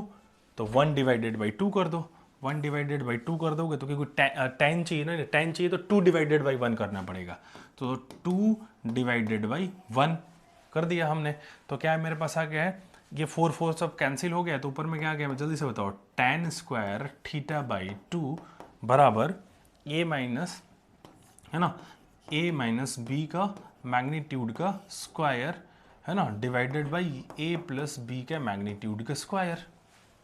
ठीक है, अब स्क्वायरिंग हटा दो तो क्या हो गया, tan थीटा बाई 2 बराबर a माइनस बी का magnitude upon a plus B का मैग्नीट्यूड, है ना। ऐसा लिख लेना आप। ठीक है, सो कौन सा option, D is the correct option. तो ये सवाल सिर्फ वेक्टर का तो नहीं था यार, है ना। ये मैं थोड़ा सा ज़बरदस्ती एक्सप्लेन कर दी, इसलिए टाइम लग गया इसको एक्सप्लेन करने में। कई बच्चे याद भूल जाते हैं यार, कॉस वाला फार्मूला, है ना। तो मैं उनको बोलता हूँ सिर्फ ये याद रखना, तो वहाँ से याद रखोगे तो दोनों अपने आप डिकोड हो जाएंगे, 1 प्लस कॉस 2 थीटा भी और 1 माइनस कॉस 2 थीटा भी, है ना। ठीक है, क्वेश्चन नंबर 11, फिर से चलो क्वेश्चन नंबर 6 पे। तो वहाँ का जो एक्सप्लेन देखो कितना काम आ रहा है, angle between A and B. अब इस सेम टाइप का तुमको स्क्वायरिंग खुद से करने आ गया होगा, अब तक प्रैक्टिस हो गया होगा। तो ये क्या है, ये कुछ नहीं है, इसका स्क्वायर किया तो क्या होगा, मैग्नीट्यूड ऑफ ए का square plus magnitude of B का स्क्वायर प्लस, अब जल्दी से बोलो, 2 into magnitude of A into magnitude of B into cos का थीटा। ये हमारा अब क्या हो चुका है, प्रैक्टिस हो चुका है ना। और ए और बी के बीच का एंगल ही पूछे थे, यूनिट वेक्टर था। तो ये तो क्या हो गया, एक और एक था और ये भी एक था, तो एक और एक 2 हो चुका है, यहाँ पे भी 1 हो गया, यहाँ पे भी 1 हो गया, यानी इससे क्या आ गया, 2 प्लस 2 कॉस थीटा। ठीक है भैया, है ना। और a प्लस बी का मैग्नीट्यूड दिया हुआ √3, तो √3 का स्क्वायर करेंगे तो यहाँ पे क्या आ जाएगा, है ना, यहाँ पे क्या आ जाएगा 9, सॉरी माई बैड, यहाँ पे आ गया 3, है ना। अब 3 को इधर कर लिए तो क्या हो गया है 1, और ये हो गया डिवाइडेड बाई 2, तो यहाँ पे क्या आ गया कॉस थीटा की वैल्यू क्या है हाफ, तो थीटा की वैल्यू क्या आ रही तेरे को देख, π/3। अब π/3 कौन सा ऑप्शन है, B is the correct option. इतना लल्लू लाल सवाल था, है ना।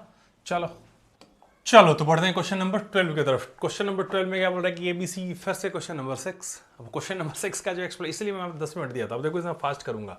अब उसने पूछा ना कि a vector plus B vector plus ऐसे करके कुछ, ये डॉट है यार, है ना, सी डॉट ए की वैल्यू बता दो। ठीक है, अब तो फटाक से क्या करेंगे, हमको पता है कि a vector plus B vector plus C vector का मैग्नीट्यूड निकालेंगे तो क्या आएगा, मैग्नीट्यूड ऑफ ए स्क्वायर, है ना, प्लस इसका स्क्वायर निकालेंगे तो क्या आ जाएगा, प्लस, ये सब हम लोग देख चुके हैं, प्लस बी स्क्वायर प्लस सी स्क्वायर, और यहाँ पे क्या आ जाएगा प्लस का 2a डॉट बी प्लस, है ना, b डॉट सी, ठीक है, प्लस c डॉट ए। ये बार बार अगर कहीं छूट जाए तो आप समझना कि वो ठीक है सब वेक्टर में चल रहा है। ठीक है, अब इसकी वैल्यू क्या दिया उन्होंने कि ए प्लस बी प्लस सी बराबर क्या दिया वो उन्होंने कि ये वेक्टर क्या है 0। तो हमने बोला कि 0 का स्क्वायर बराबर कर दिया, तो हमने हमारे पास यहाँ पे क्या आ गया 0 आ रहा है भैया, ठीक है। अब मैग्नीट्यूड ऑफ ए का स्क्वायर किया तो क्या आ गया 9 आ गया, और बी का किया तो क्या आ गया है 16 आ गया, और सी का किया तो क्या आ गया 25 आ गया है। कन्फर्म है, कन्फर्म है। और प्लस ये क्या है सवाल, मतलब ये वाला पार्ट को फिर से वापस कर दो जो हमको फाइंड करना है, a dot B plus B dot c dot plus c. अब इन सबको इधर लेके आ जाओ, ये क्या है 50, तो क्या हो गया माइनस का 50 है ना, माइनस का 50 बराबर 2 into A dot B plus B dot C plus C dot A. तो ये सब वहाँ पे एक्सप्लेन कर दिया था, इसलिए मैंने बहुत ज़्यादा। ये क्या हो गया माइनस का 25, सो इसकी वैल्यू क्या आ गई है माइनस का 25। इसमें कुछ सवाल था ही नहीं जो आपको नहीं आता है ना। तो ये क्या बहुत ही लल्लू लाल सवाल था। Question number 12। क्वेश्चन नंबर 13 पे आओ। अब फिर से वही क्वेश्चन नंबर 6 देखो किस टाइप का रिपीट, इसकी वैल्यू पूछा है ना भाई, तो हमको क्या करना पड़ेगा स्क्वायर करना। देखो 2023 में भी तो 25 में, मतलब इस टाइप के सवाल ही लगातार पूछे जाते हैं। तो हर जगह जो कॉन्सेप्ट है बस यही है कि इसको बस आपको लिखना आना चाहिए कि u minus V plus W vector का मैग्नीट्यूड का स्क्वायर निकाल देना है। तो ये क्या आ जाएगा मैग्नीट्यूड ऑफ u वैक्टर का square plus magnitude of v vector का square plus magnitude of w vector का स्क्वायर, और यहाँ पे करोगे तो देखना करके -2 u dot v plus sorry minus क्या आएगा, ये इसका ले लो माइनस का 2v डॉट w, और यहाँ पे आ जाएगा w और u का, तो ये तो प्लस में ही है, तो प्लस का 2u डॉट w। ये करके देखो आप, है ना। बस अब मैग्नीट्यूड ऑफ u का स्क्वायर क्या दिया हुआ उन्होंने, देखो u का दिया हुआ था 1, 1 का स्क्वायर किया तो 1, और v का क्या हुआ था 2 दिया हुआ था, तो ये हो गया 4, और w का क्या दिया हुआ था 9, तो ये हो गया हमारे पास 3 दिया हुआ था, ये हो गया 9, है ना। अब इम्पॉर्टेंट, अब उन्होंने एक और बोला है, ये कैसे क्लिक हो रहा था ना कि इसको देखा था ना, तो ये भाई कैसे निकल सकता है, ये ऐसे ही निकल सकता है और कोई तरीका नहीं। अब अपने पास दिक्कत क्या है कि ना तो इसकी वैल्यू पता है, ना इसकी पता है, ना इसकी पता है ना। क्योंकि सब में क्या करेंगे magnitude of U dot magnitude of V dot magnitude of V dot magnitude of V, यहाँ पे भी कॉस थीटा जैसे आ रहा है, मतलब थीटा पता होना चाहिए और वी के बीच का एंगल, वी और डब्ल्यू के बीच का एंगल, और यू और डब्ल्यू के बीच का एंगल, ये तो पता होगा तभी तो निकलेगा, नहीं तो कुछ इन्फॉर्मेशन और दिया होगा क्वेश्चन में। पढ़ते हैं, इन्होंने बोला कि इफ, ये वाला लाइन ध्यान से पढ़ो, if the projection of V along U, अब वी अलॉन्ग यू तुरंत लिखेंगे, वी अलॉन्ग यू, तो V dot U magnitude divided by U, क्यों, क्योंकि v डॉट यू कैप निकालना था, तो यू कैप को हमने क्या लिख लिया u upon magnitude of u लिख दिया, ठीक है, is equal to w along u, तो w डॉट यू कैप यानी w dot u divided by magnitude of u, simple है ना। तो ये मैग्नीट्यूड ऑफ u था, तो ये से u कैंसिल हो गया, तो यानी हमको यहाँ से क्या मिल गया कि v डॉट u बराबर w डॉट u है। अब ये इंफॉर्मेशन काम में आएगा। और एक चीज और उन्होंने बोला कि v और w आर परपेंडिकुलर, यानी v डॉट w वेक्टर बराबर क्या आएगा 0, क्योंकि cos 90 क्या हो जाता है 0, तो ये परपेंडिकुलर वेक्टर है v और w, तो v और w है तो ये तो क्या हो गया है 0, है ना। अब ये u डॉट v बराबर क्या था v dot u dot w, तो ये इससे कैंसिल हो गया। तो सिंपल आंसर क्या आ रहा था हमारा 9 1 10 1 4 14, है ना। अब हमको तो अंडर रूट वाला चाहिए ना भाई, ये तो 14 आ रहा है, तो है ना, इसका क्या कर दे स्क्वायर को इधर हटा दो, तो इधर क्या हो जाएगा अंडर रूट, तो आंसर क्या आ जाएगा root 14 is the correct option. तो 13 भी हो गया। 14 पढ़ो। सब देखो सेम टाइप का सवाल आ रहा है कि मजा आ रहा है ना आपको अब करने में, प्रैक्टिस हो गई, इस टाइप के पूछे ही जाते वो। फिर से देखो 25 में पूछ लिया, ये तो थोड़ा ठीक सवाल पूछ लिया यार, है ना। The value of when the angle between this vector and this vector is obtuse angle, यानी जो P डॉट Q वेक्टर है इसके बारे में इंफॉर्मेशन है।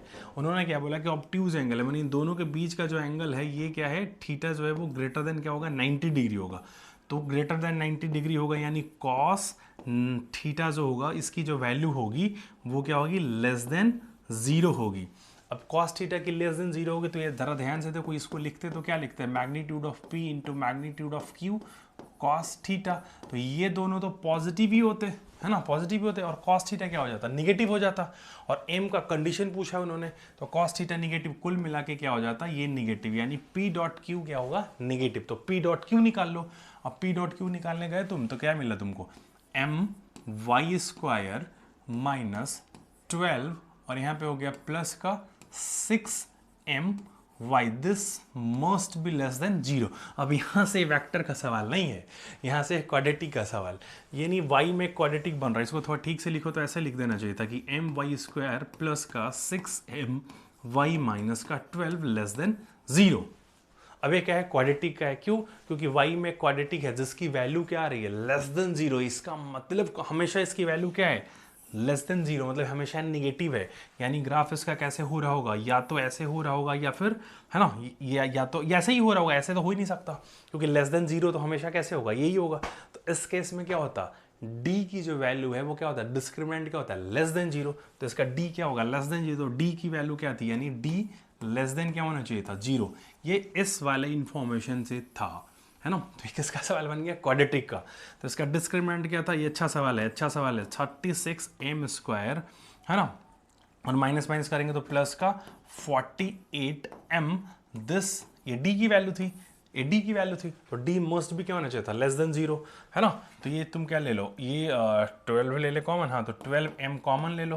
तो यहाँ पे क्या हो गया, 3m प्लस यहाँ पे क्या हो गया 4, this must be less than 0। ठीक है, अब ये किसका सवाल बन गया, इनइक्वलिटी का। शुरू किया था वेक्टर से, वेक्टर के बाद आया क्वाड्रेटिक, क्वाड्रेटिक के बाद क्या आ गया, इनइक्वलिटी।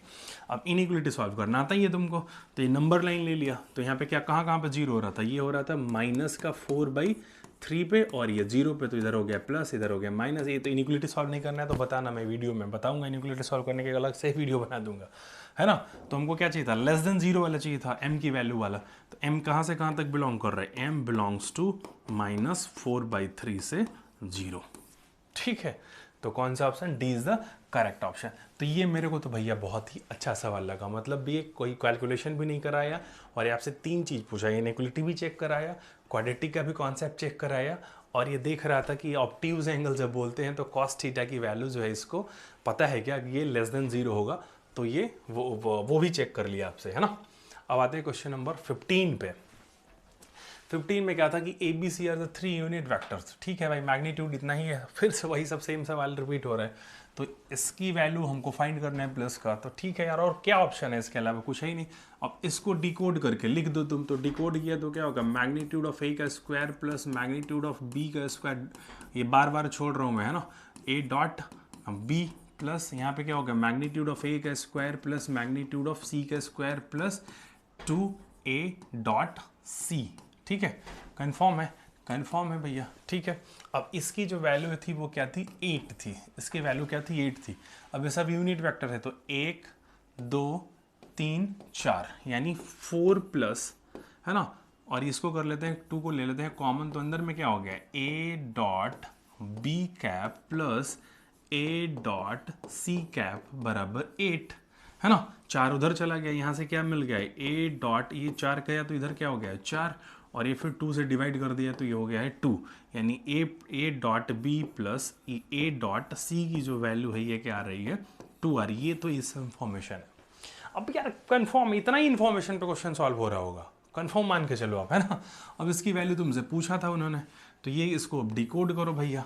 अब इसको डिकोड करते हैं तो लिखते हैं कि ये वेक्टर का मैग्नीट्यूड प्लस यहाँ पे 9, ये सब यहाँ पे लिख रहे हो, एग्जाम में इतना नहीं लिखना होता है ना, 9 मैग्नीट्यूड ऑफ बी का स्क्वायर, क्योंकि दिख रहा था ना 9 का स्क्वायर, ऐसे कुछ दिख रहा है आपको, इस बहुत रॉकेट साइंस है नहीं। 2a डॉट बी करेंगे तो यहाँ पे क्या हो जाएगा, 3 × 2 करेंगे तो 6a डॉट बी हो गया है, प्लस सिमिलरली यहाँ देखो मैग्नीट्यूड ऑफ ए का स्क्वायर प्लस यहाँ पे 9 इंटू मैग्नीट्यूड ऑफ सी का स्क्वायर प्लस यहाँ पे भी क्या हो गया 6a डॉट सी। इसकी वैल्यू फाइंड करना था, ए का स्क्वायर कितना हो गया 2, और ये देखो चलो कोई बात नहीं, ऐसे देखो 1 और 9 और 1 कितना हो गया, मैग्नीट्यूड ऑफ बी का स्क्वायर कितना था 1 था, तो 9 1 10 और यहाँ पे भी 10 मिल रहा है ना, तो 10 कितना हमारे पास हाथ में आ गया है 20 प्लस 6a डॉट बी, 6 को कॉमन ले लिया, अंदर में क्या हो गया है a डॉट सी। अब इसकी वैल्यू पता ही था क्या था, 2 था, इतना लल्लू लल सवाल है, तो ये क्या हो गया 20 प्लस 6 × 2 बराबर क्या आ गया हमारे पास 32। अब सब कोई क्वेश्चन नहीं है, सब जबरदस्ती का सवाल बनाया हुआ है ना।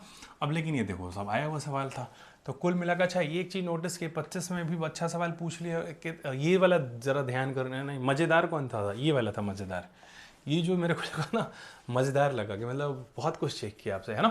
चलो चलो question number 16 vector obtuse max. Question number 14 जैसा नहीं लग रहा है क्या? देखो ना, क्वेश्चन नंबर 14 जैसा नहीं लग रहा है, सेम क्वेश्चन है, बस लॉग वॉग में डरा रहा है आपको है। यहाँ पे भी ऑब्ट्यूज एंगल बनाया था पी डॉट क्यूब, हम लोगों ने क्या कर दिया था, लेस देन 0। यहाँ भी बोल रहा है कि ये वेक्टर वी वेक्टर क्या है, makes an obtuse angle for any x greater than 0। ये क्यों लिखना है भैया, ये तो डोमेन का सवाल है, क्योंकि लॉग एक्स तभी डिफाइन होगा जब एक्स ग्रेटर देन 0 रहेगा। ठीक है, डन, कन्फर्म है। तो हमारा बस सिंपल सा क्वेश्चन क्या है कि ए डॉट बी जो है दिस मस्ट बी क्या होगा, less than 0।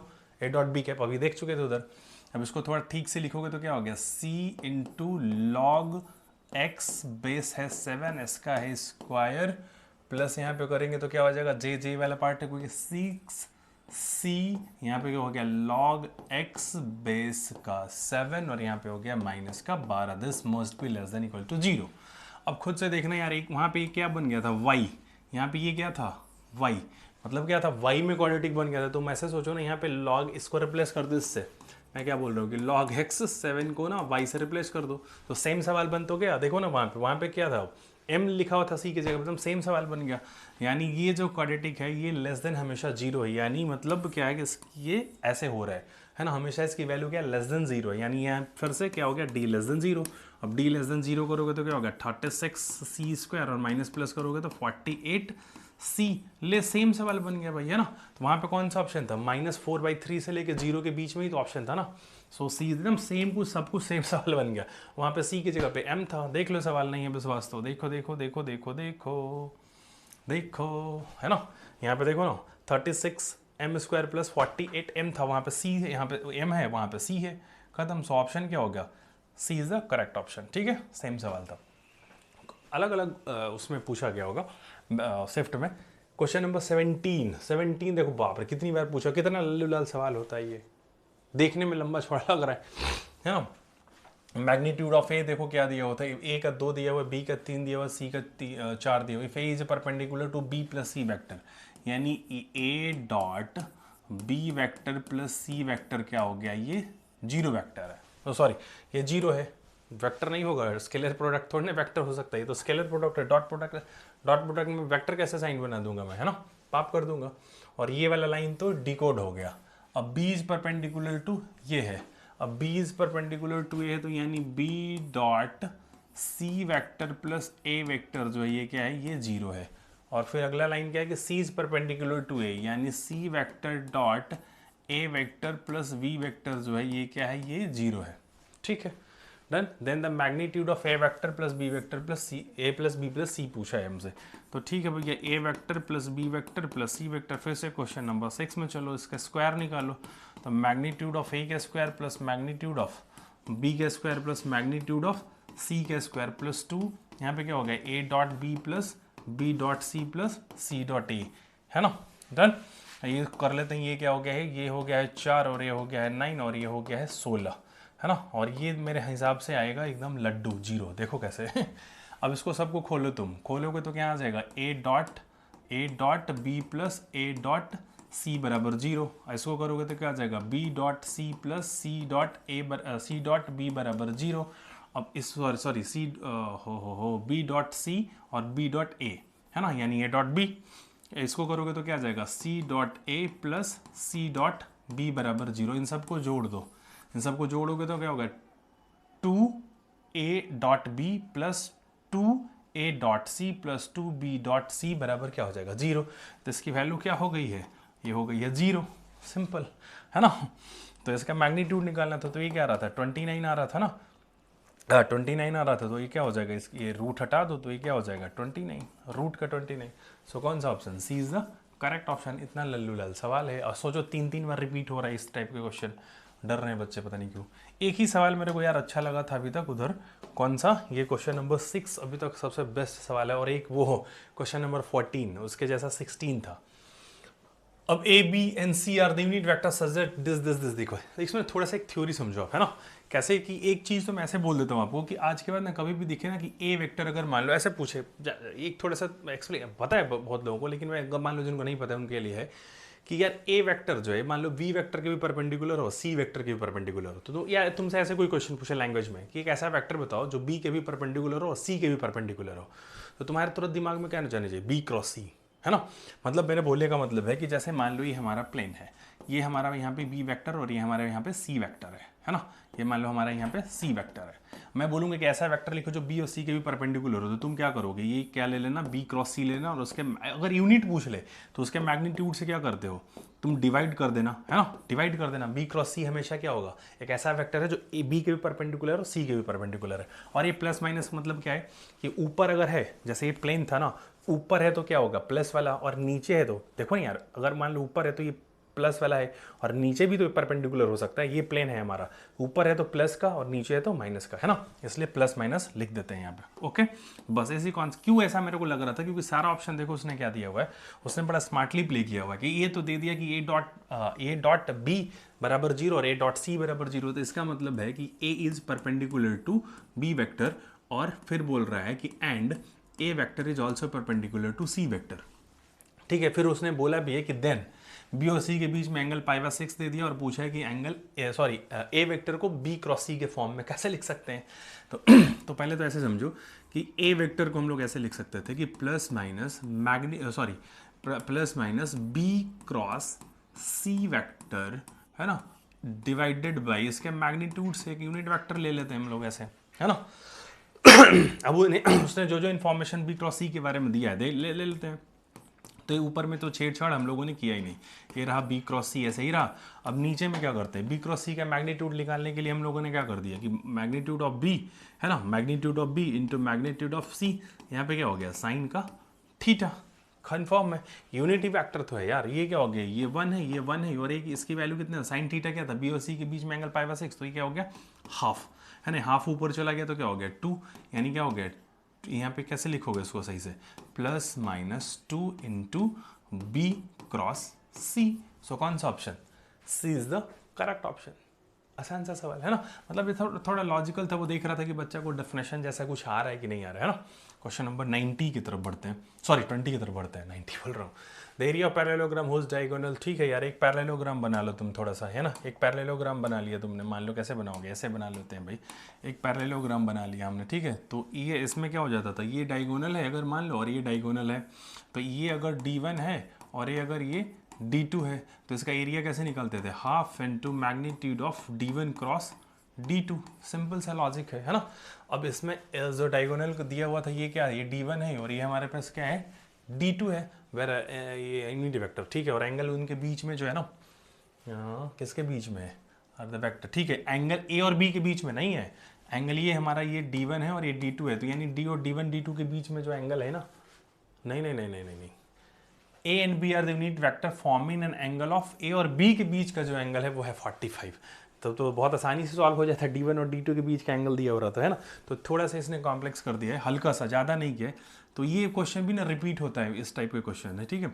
2a vector minus B, इसका क्रॉस प्रोडक्ट ले लिया हम लोगों ने किसके साथ, 4a वेक्टर माइनस का 5b क्रॉस, है ना, और बाद में क्या करना, हाफ से इसको क्या कर देना है, डिवाइड कर देना है, ठीक है। ये सब मैग्नीट्यूड अंदर में काम हो रहा है। अब अंदर में काम हो रहा है तो अपन क्या करते हैं, ऐसे करते हैं, 2a क्रॉस a किया तो क्या आ गया 8a क्रॉस, डिस्ट्रीब्यूटिव होता ही है ये, है ना, क्रॉस प्रोडक्ट कोई इशू नहीं है ना। तो 8a क्रॉस a हो गया है। अब माइनस को ये इस पे कर देते हैं तो क्या हो गया, माइनस का 10a क्रॉस b, ये सब चीज़ें अंदर हो रही है भैया, है ना, ये सब चीज़ें अंदर हो रही है, ठीक है। और ये बाहर तो हाफ हमारे पास था ही। अब माइनस बी को ऑपरेट करते हैं तो माइनस का 4b क्रॉस a कन्फर्म है ना, और फिर यहाँ पे कर दिए तो प्लस का 5b क्रॉस b, इसका ले लेंगे मैग्नीट्यूड। a क्रॉस a क्या होगा, लड्डू, b क्रॉस b क्या होगा 0, है ना, क्योंकि साइन क्या हो जाएगा साइन 0 क्या होगा, 0 होता है तो इसलिए 0 हो गया। अब कुल मिला के a क्या आ गया, जरा ध्यान से देखो, अच्छा यहाँ पे क्या है, मैग्नीट्यूड की बात कर रही है, यहाँ पे वो मैग्नीट्यूड की बात कर रहे हैं ना, मतलब हमको तो मैग्नीट्यूड से अंतर है ना, तो ए क्रॉस बी लिखो चाहे चाहे वैसे देखो मैं क्या बोलना चाह रहा हूँ कि ए क्रॉस बी जो होता है, ए क्रॉस बी बराबर क्या हो जाता है, माइनस का बी क्रॉस ए, ये तो आप जानते हो है ना, ठीक है। तो अगर मैं मान लो इसको ऐसे लिख दूँ, इसको ऐसे लिख दूँ, इसको ऐसे लिख दूँ, जैसे मर्जी लिख दूँ, तो ये क्या हो जाएगा, ऐसे लिख लेता हूँ, एक लाइक लिख लेता हूँ, कोई बात नहीं, ये हो गया है हमारे पास 10 बी क्रॉस ए, आगे बात समझ में, और ये हमारे पास है -4 बी क्रॉस ए, ठीक है। तो क्या हो गया फाइनली कि हाफ 6 बी क्रॉस ए का मैग्नीट्यूड, ठीक है। अब इसको निकाल लेते हैं बी क्रॉस ए का, तो क्या हो गया भैया 6 बाहर ही आ गया, तो ये तो 3 ही था, तो ये हमारे पास हाथ में रहा 3। अब magnitude of B into magnitude of A, और साइन थीटा कितना था, साइन 45, बी और ए के बीच में एंगल कितना था 45, तो साइन 45 कितना होता है √2, ये तो कितना था यूनिट वेक्टर है 1, ए भी कितना यूनिट 1, तो क्या हो गया हमारे पास आंसर 3/√2। सो कौन सा option, B is the correct option, है ना। तो आज यहीं तक रहने देते हैं मेरे भाई, है ना, वीडियो लंबा हो जाएगा, नहीं तो फिर जैसा होगा मेरे को बताना। तो ये भी क्वेश्चन ठीक है, इसको मतलब ये पूछते हैं यार, ऐसे पूछ लेते हैं, तो ये वाला चीज़ ना बच्चा मिस कर जाता है कई बार कि इसको कैसे करें। तो ये देखो ये ना क्रॉस प्रोडक्ट को डिस्ट्रीब्यूटिव के थ्रू हम लोगों ने यूज़ कर लिया, तो ऐसे ध्यान रखना है, ये भी बहुत ईजी है, लेकिन कई बच्चे अगर मान लो मिस कर गए तो फिर क्वेश्चन बहुत टफ लगने लगेगा, अगर मान लो मिस तुमने नहीं किया है तो क्वेश्चन आसान दिखेगा, है ना। तो चलो इसको यहीं पर ख़त्म करते हैं, बाय बाय, थैंक यू।